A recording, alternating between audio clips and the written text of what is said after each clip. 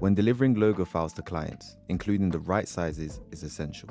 Different use cases require different sizes to ensure the logo works across all platforms. In this video, I'll break down the 4 key logo sizes every designer should include when sending a logo package to a client.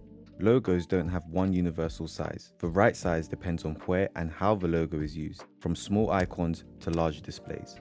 Instead of exporting random sizes, use a consistent set that covers all use cases. To avoid overcomplicating your logo exports, these 4 sizes cover most real-world use cases.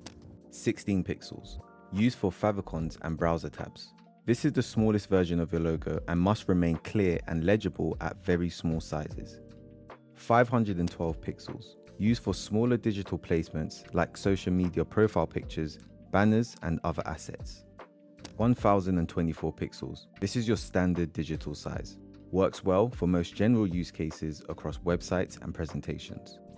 2048 pixels, used for high-resolution screens and larger digital applications. This ensures your logo stays sharp on retina displays.